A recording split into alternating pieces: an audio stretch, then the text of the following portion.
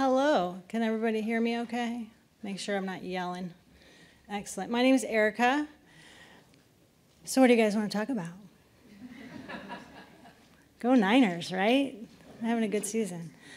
No, I'm just kidding. We're going to talk about food, because who doesn't like to talk about food? I could talk about it all day until I can't talk about it anymore. So anyway, my name is Erika Connor. I'm one of the dietitians here. I've been working in the Cancer Center for quite some time, about 15. I think I've lost track. I've been here for 20 years, and it's been a wild ride. So I'm very glad to be here today.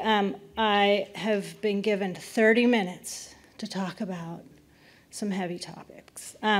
Just a lot of topics that that people tend to be passionate about, bring a lot of emotion, a lot of sometimes frustration.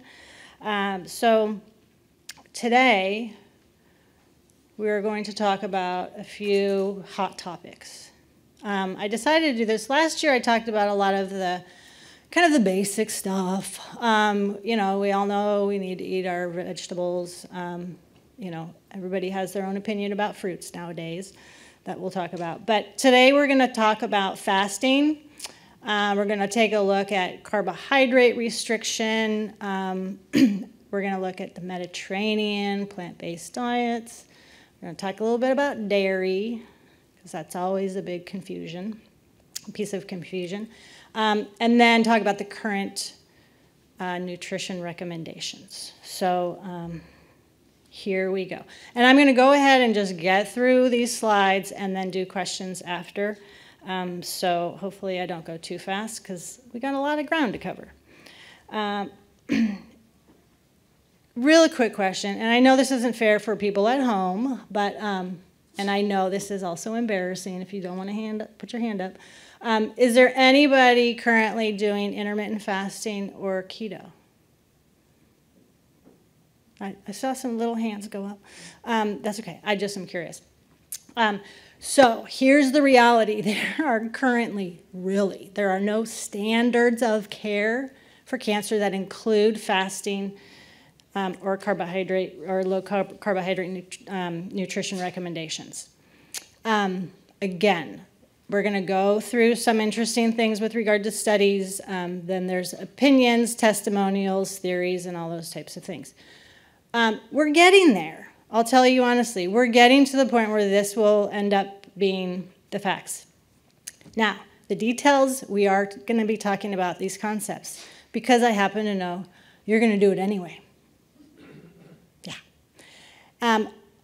And one of the reasons why I wanted to talk about this today is because of the theme of when I see patients, what comes about. And people say, oh, well, somebody told me this. Somebody told me that.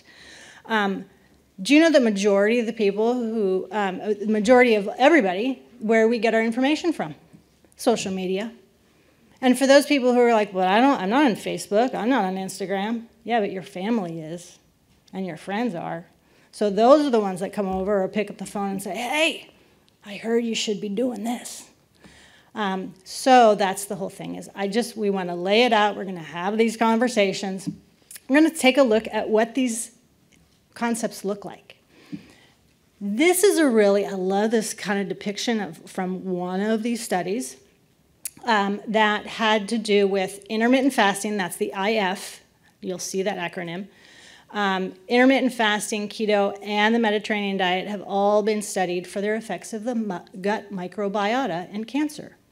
These studies may all have important roles in gut microbiota, so all those good bacteria in there, and cancer prevention and treatment. They might suppress cancer pathways and increase patients' quality of life. And one of the things that I like about this is it paints the picture of kind of where we're at, too, with some of these studies. Taking a look at intermittent fasting and the gut microbiota.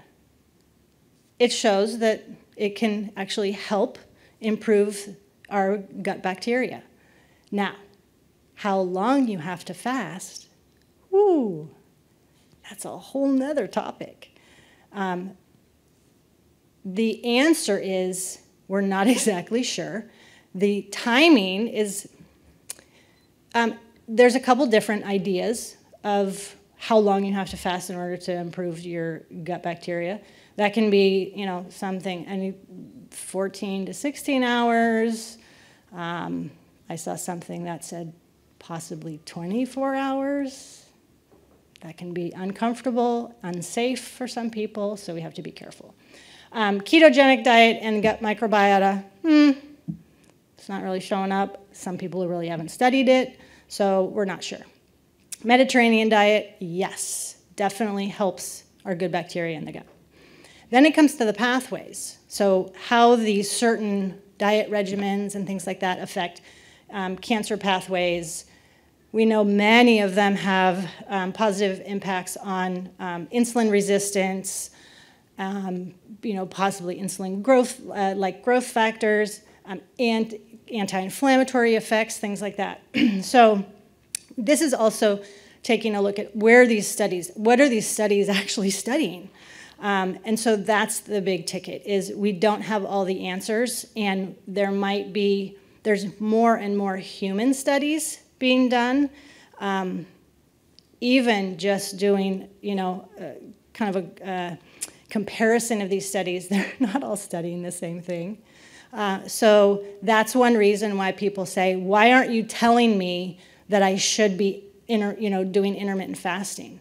Why aren't you telling me, aren't you a dietitian? I'm telling you, people do say that to us. This is why, because we don't have a clear-cut answer.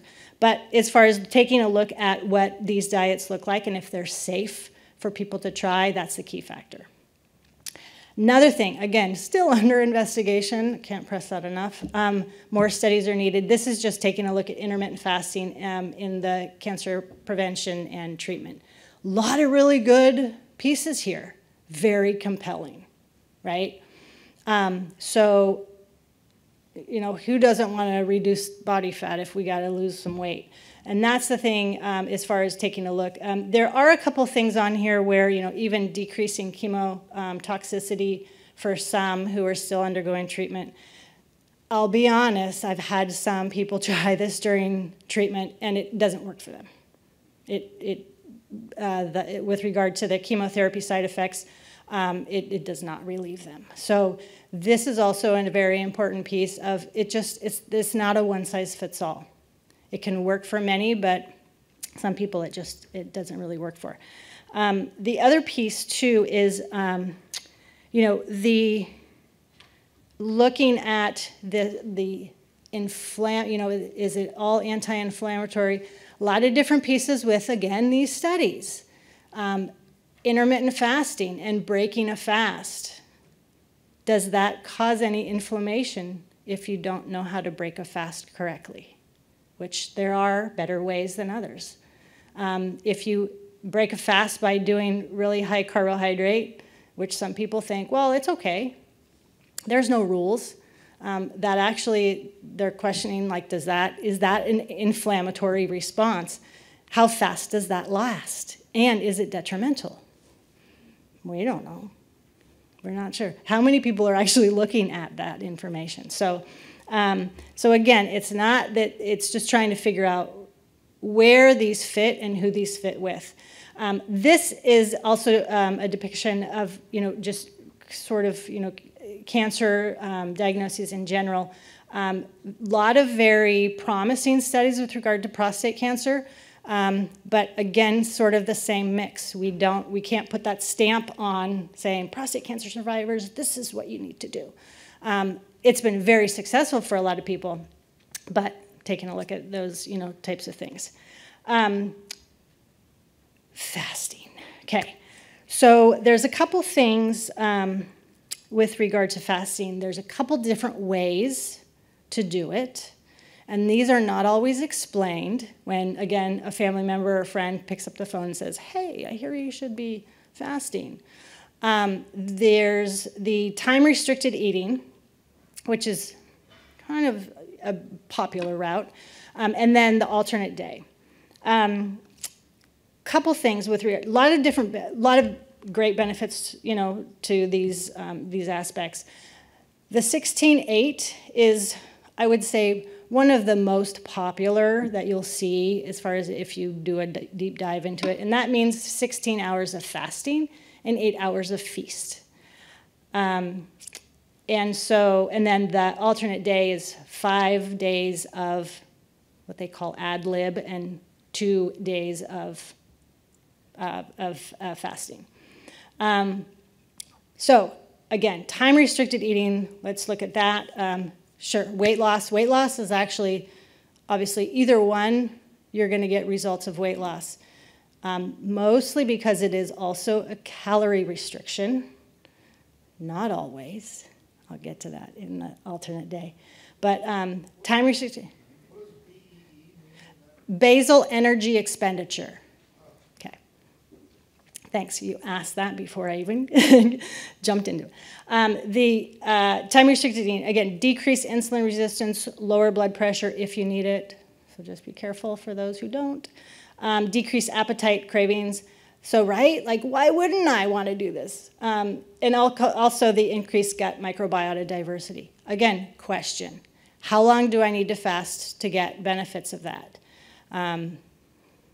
It's looking like quite some time. But again, we don't exactly have perfect, a perfect answer to that. The alternate day, this is where things, again, get a little bit questionable. I've actually had people who have tried this and they're like, but I didn't lose any weight. So tell me a little bit more about these ad lib days that you have. We also have to be careful. Ad lib doesn't necessarily, in my book, it's not going to be eat whatever you want. That's what also can kind of get us into trouble. So this, again, can result in weight loss, decreased fasting blood sugars, and decreased insulin resistance. The way this happens is ad lib days are literally eat whatever you want. You have no restriction. You can eat when you want, you can eat what you want. There's no carbs, fat, protein. And then the other 2 days, the 25% of the BEE. Now this is based typically, when you see numbers out there, it's typically based on 2,000 calories, okay? Which not everybody needs. But on these fasting days, you'll see a calorie restriction of 500 calories. So that's your fasting days, is roughly about 500 or less calories per day. So with this, what I've found is you get through that day and you're looking forward to the next day when you can eat. And so if you go well over that, your calorie needs, let's just say 2,000 calories, then you're not going to necessarily see the weight loss and things like that. So you might see other, improvements here and there, but again, it's just one of those things where when people grasp onto the subject and say, oh, I'm going to do this, there tends to be a little bit more rules than you'd think. So we do still want to try to eat healthy choices. And then again, it's not necessarily a free-for-all with regard to those days. The time-restricted eating does tend to be a little bit more successful for people. It's a little bit more sustainable. It also, one of the positives with regard to time-restricted eating is it follows kind of circadian rhythm with regard to sleeping. It can be a big help for those who do nighttime eating because it closes the door to the kitchen. So it's also like taking a look at what is going to work for me. You don't always also have to start with 16 hours. In fact, I do suggest don't start with a 16-hour. If you say, what is this? I'm going to try it. Start with 12. So stop eating at 8 p.m. and then have breakfast at 8 a.m. Practice that. Then you can move to 13 hours. So there's a lot of different ways that you can kind of start practicing these things without, again, trying them and saying, oh, that was horrible. That's not going to work for me. Now, just because I want to see both sides, the positive and then the other side. A couple things with regard to this is there are some contraindicators for these, and this is really important. This is from really kind of the medical side, and this is also maybe why a doctor would say, ooh, let's not do that. If you're underweight or have a hard time gaining weight, this is not going to be a good thing. It could be a real challenge. At risk for malnutrition, which just captures the first thing as far as if you're underweight. If you're also, which kind of at risk for malnutrition also means that if you're already having a hard time eating, whether it's appetite, taste changes, taste aversions, all those things can happen from, going through treatment. So if you're already struggling with just not getting enough, this could be also a challenge. Any current or history of eating disorder, and then diabetes with hypoglycemic episodes. People say, but wait a second, isn't this supposed to help blood sugars? Yeah, it can, but not if you keep tanking. So if blood sugars and you're having like a hard time keeping blood sugars up, right, and you're having hypoglycemic episodes, we need to get that under control before you try something like this. Because I have had family members pick people up off the floor. Not a good thing. Some side effects that are real. They're temporary, but they're real. Feeling hungry, feeling cold, headaches, irritability, low energy. There are a couple other things. Now, these types of things for time-restricted eating, you can a lot of people will kind of get used to, and you kind of manage. Alternate day fasting, these side effects, I've had people say you get through the side effect during that day, and then you ad-lib for 2 days, and then you fast for the next day, and then you have to go through the side effects again. So that's another reason why it's not sustainable for a lot of people, is it's too uncomfortable. So again, these are just real things. Again, don't shoot the messenger. This is just what happens out there, and this is one of those drawbacks of, people are like, oh, nobody told me this was going to happen. Or if you do this and you forget to tell, or you don't tell your family member, and then you say, oh gosh, I'm not feeling so good, it might be because you're fasting. Some precautions too. Exercise, operating heavy machinery, dehydration, those are all have to do with those side effects. So if you're feeling dizzy, you got to be careful with what you're doing or what you're trying to lift and things like that. Here's an interesting thing. Fasting may increase autophagy. Now, autophagy is like, it's really our body's own way of what I tend to say, recycling or removing old and damaged cells. Okay, right? Would you agree on that? Okay.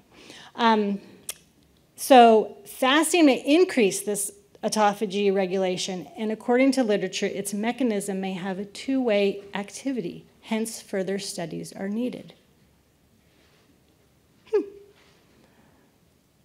When I see stuff like that, I'm like, oh. So then I'm digging through these piles of studies, and I'm like, oh, there's not a lot of people who are looking at this. These aren't part of these studies. So that's another piece of it, of if we're messing with something, if we're pushing our body to, recycle and to remove these old damaged cells faster, is that okay? Is that a good thing? Are we going to be okay with that? So just an FYI, we don't know. But somebody looked at it and thought, we might, that's where at the end of the study, more studies are needed. I'm tired of seeing that, and I'm tired of reading it, but it's the truth. Variables with is kind of big. The food choices during the feast. It's one of my big questions that I ask people. So during your feast days, tell me what you eat. And sometimes it is. People will say, I just, whatever, I go through the drive-through. Okay, that's not really what we're shooting for. The amount of food intake during the feast also. is, really people eating all day. Even for the time-restricted eating, it doesn't mean you eat for 8 full hours, which some people say, well, that's what I thought. So this is also why we're having this conversation of let's just lay all this out. Let's talk about it. No harm, no foul for people that are doing it. I just want to make sure that it's done safely. Ooh, gosh, I got to hurry. Okay. Low-carb diet. So here's another big topic. It's not necessarily interchangeable. There's the keto, which is the most restricted, which technically is 20 grams or less. You will see some, kind of literature, some things say 20 to 25, that kind of thing. You've got the moderate carb, and then you've got liberal carb. Okay. I will honestly say that some studies actually have shown some efficacy in 100 grams or less of carbohydrates. So do we have to jump into keto?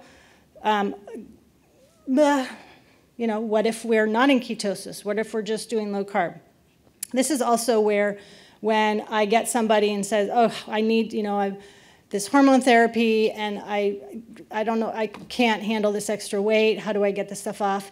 Sometimes we will dive into, let's take a look at your carb intake. Maybe we start with a little bit of a carb restriction, and oftentimes people can already have successful weight loss there. But this is what kind of the low carb, and again, there are different variables of what low carb is, and truly keto. True keto, and I want to be clear on this is serious because people really, they don't understand this a lot. It is low carb, high fat, moderate protein, not high protein. If you eat too much protein on a keto diet, you will push yourself out of ketosis. So, just so you know, a lot of people say, oh, it's low carb, high protein. No, it's not. Just so you know. Okay, some quick things, contraindicators, because there are people who really, it's unsafe. Uncontrolled diabetes with hypoglycemic hypoglycemic episodes. We have to get that under control before you dabble with this. Very important. Again, at risk for malnutrition. If you're already dealing with all these things you can't eat or that either you don't like or your body doesn't like, this is a problem. Advanced liver, kidney, and heart disease. You can look at even the diet doctor, who very big on keto and actually a good resource if you're looking for what is this, will actually say not for people with advanced liver, kidney, and heart disease. Pancreatitis or fat malabsorption issues. Studies are underway with pancreatic cancer population, but for those who have a hard time processing fat, I've seen really not good things happen with that. You've got to get that under control first. A couple other things there that are just really, we got to rethink this. It's not a one-size-fits-all. I think I've said that already a couple times. Side effects, yes, it comes. Constipation, diarrhea, I'll get to both of those. Dehydration is probably one of the biggest factors of complaints and issues, actually, or why people will even end up in ER, in the emergency room. Fatigue, lightheadedness, all those types of things. Temporary. You have to get through the keto flu, or they even call it low-carb flu nowadays, in order for these to level out. But there are vitamin and mineral deficiencies that have come about with regard to keto. The reason why constipation and diarrhea are both on there is because you can have both, or one maybe at one time over the other. Constipation is quite common with like the keto diet, not so much low carb, but keto specifically, and diarrhea because of the fat. So constipation because, again, not enough fluid, not enough fiber, you kind of get all bound up. Diarrhea because the high fat content, and if you're not used to it, that also can lead to looser stool. So people are like, wait, I thought I was going to be constipated. Where is this coming from? Probably because you're not used to that. Blood sugar, for precautions, blood sugar management, dehydration, exercise activity, all of those things we have to be careful for. And it takes, variables with this, types of fat, amount of protein, sustainability, big questions. Types of fat, the one thing too, the keto diet has evolved through the years. It's not always about butter and cream these days, although that's how it started. Now it's, in fact, I read a study too that it was like, oh, and by the way, we chose, the fat was the majority of unsaturated fats and, your avocados and things. And I thought, oh, okay. But again, how many people are doing that? Are they really changing the fat components? Because that's a big thing with that. Because the other big thing with regard to prostate cancer specifically is high fat is not what we've known is really good for prostate cancer. So this is, again, a changing, we got to wrap our heads around this and try to figure this out. For low-carb diets, I probably should have said for intermittent fasting too, okay, I want to try it. I really want to try this. And I'm not going to tell you over here, but I'm not going to tell my doctor, but I'm going to try it. So one thing you can do, you can use things like MyFitnessPal. You can get that for free. You can do a couple different things with your to assess your current intake. Let's take a look at what you're eating now. Make adjustments from here as far as just trying to reduce added sugars, okay? And that includes, I did have somebody the other day who said, well, I stopped using sugar and I use honey now in my coffee. That's still an added sugar. Sorry. And I use a tablespoon. Oh. So my question to that is, try a teaspoon, taste it and see what it tastes like. So it's all those little things that can make a big difference. Looking for hidden sugars in things. And that means your yogurts, your cereal, peanut butter. Skippy's not my favorite. Assess carbohydrate sources and things like that. And then also incorporate one low carb or meal or something like that a day. Try things. That sometimes can be the deal breaker because sometimes I've had people go, oh, that was horrible. Or, no, I need my pasta or I need this. But a lot of different things that you can try to say, what is this about? Is this going to work for me?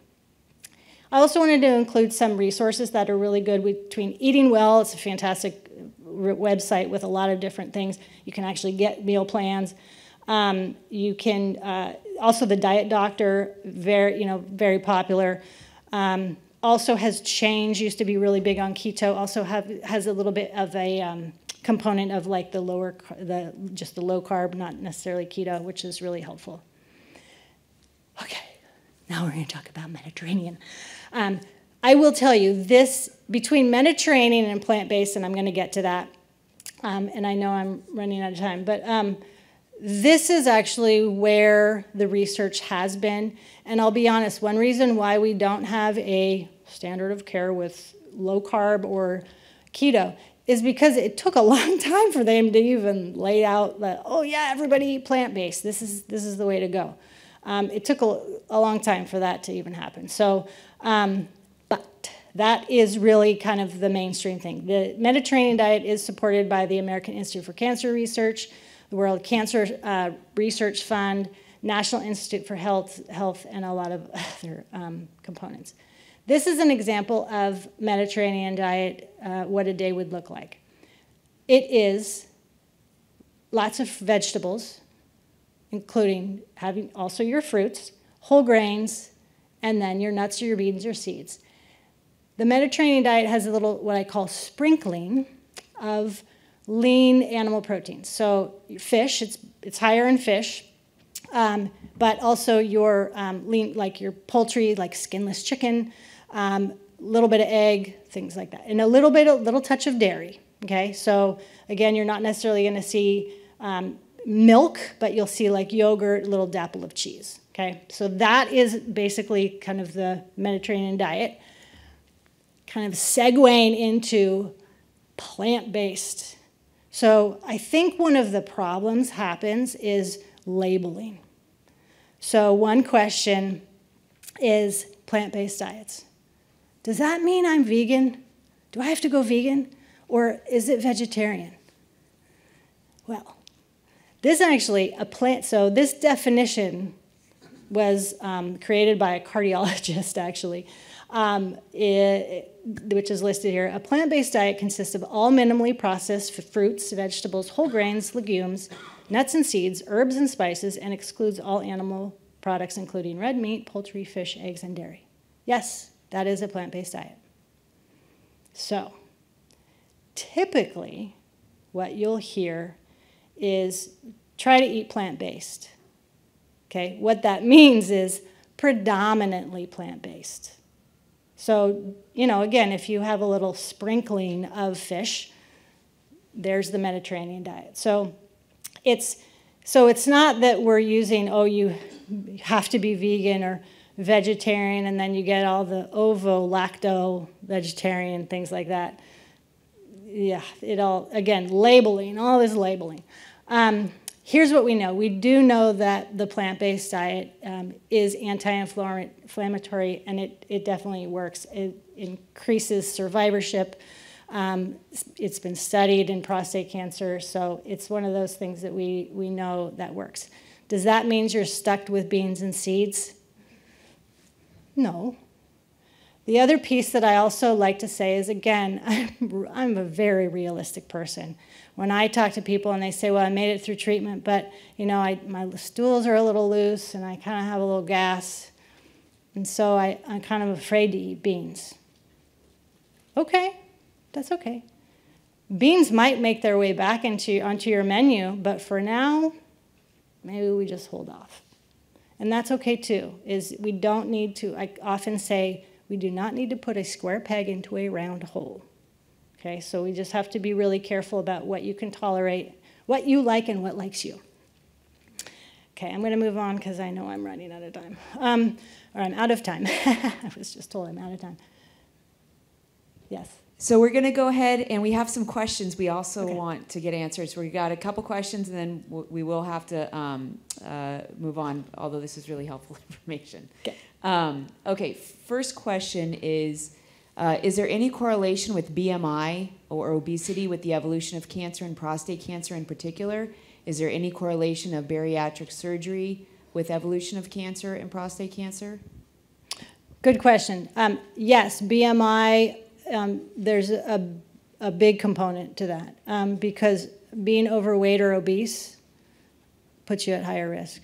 And it puts you at higher risk for recurrence, and it puts you at higher risk for an early mortality. So the only thing is that the BMI specifically is also being looked at as far as, is it a appropriate calculator? But yes, BMI definitely is, and it's also one of those things too where people are looking at overweight, and then are you active overweight? So like your BMI is high, but you're active. So that's another component to that. With regard to bariatric surgery, funny that you said that, because that's another thing that people are looking at as far as where that fits in.